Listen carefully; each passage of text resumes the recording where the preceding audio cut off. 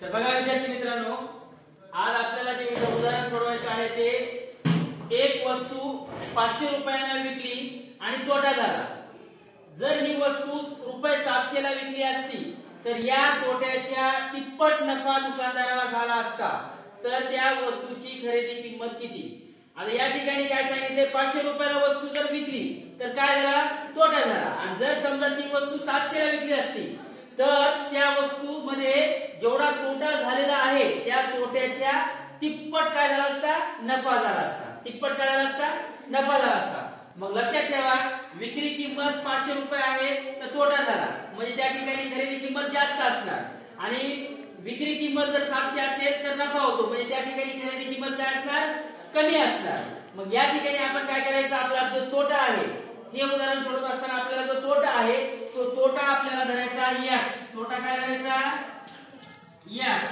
तोटा धरला x। मग नफा तोट्याच्या किती पट सांगितलेला आहे, तिप्पट सांगितलेला आहे। नफा तोट्याच्या तिप्पट सांगितलेला आहे, म्हणजे 3x हा नफा धरला। 3x काय धरला, नफा धरला। मग आपल्याला अगोदर तोटा आणि नफा हे दोन्ही करत असताना खरेदी किमतीमध्ये तोटा मिक्स केल्यानंतर आपली विक्री किमतीमध्ये तोटा जर मिक्स केला तर आपली खरेदी किंमत निघणार आहे, म्हणजे x अधिक 500 हे आपला झाला, ही झाली आपली तोट्याची खरेदी किंमत, तोट्याची। आणि नफा ज्यावेळेस होणार आहे त्यावेळेस खरेदी किंमत कमी असते आणि विक्री किंमत जास्त असते। म्हणून या नफ्यामधून जो ही खरेदी जी विक्री किंमत आहे, या विक्री किंमत मधून जो आपला या ठिकाणी नफा आहे तो काय करायचा, वजा करायचा, म्हणजे 3x वजा 700। इथपर्यंत कळलं? आता या ठिकाणी हे सारखे जे चल आहेत ते एका बाजूला घेऊया आपण।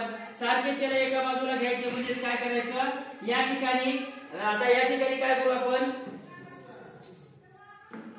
हे 700 वजा 3x अशा पद्धतीने करू, म्हणजे हे वजाचे या ठिकाणी येऊन अधिक होतात, म्हणजे x अधिक 3x आणि हे अधिकचे इकडे जाऊन वजा होतात, म्हणजे 700 वजा 500।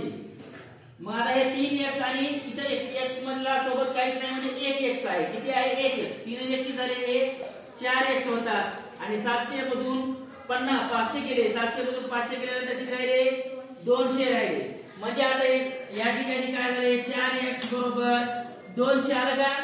मला 4x बरोबर 200 आल्यानंतर या ठिकाणी कोणतं चिन्ह नाही, म्हणजे गुणाकाराचं चिन्ह असतं, म्हणून x हे इकडे जाऊन गुणाकाराचे भागिले होतात, म्हणजे 200 भागिले 4। आता याचा भागाकार करायचा, 4 पंच 20 आणि 4 शून्य 0, म्हणजे x बरोबर 50। आपला x काय आहे, तोटा आहे, म्हणजे तोटा किती झालेला आहे, 50 रुपये झालेला आहे। मग आपल्याला खरेदी किंमत काढायची आहे। मग हे जे 500 रुपयाला वस्तू विकली तर त्यावेळेस तोटा झालेला आहे, म्हणजे तोटा आपला 50 रुपये झालेला आहे। म्हणून 500 मध्ये जर समजा आपण 50 मिसळले तर उत्तर आपलं येतं रुपये 550 ही खरेदी किंमत। आणि तोट्याच्या तिप्पट नफा, तोट्याच्या तिप्पट तोटा x आलेला आहे, म्हणजे 3x आपला नफा झालेला आहे, म्हणजे 3 गुणिले जर 50 आपण केलं तर 50 3 150, हे 150 50च्या तिप्पट आहे की नाही, 150 50च्या तिप्पट आहे। मग आपली खरेदी किंमत जर समजा या नफ्यानुसार घेतली तर 700 आणि खरेदी किंमत आलेली आहे 550, म्हणजे या दोघांची जर वजाबाकी केली तर 150 हा नफा उरतो।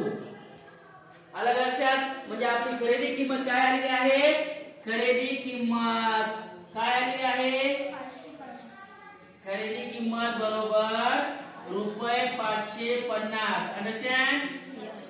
ओके।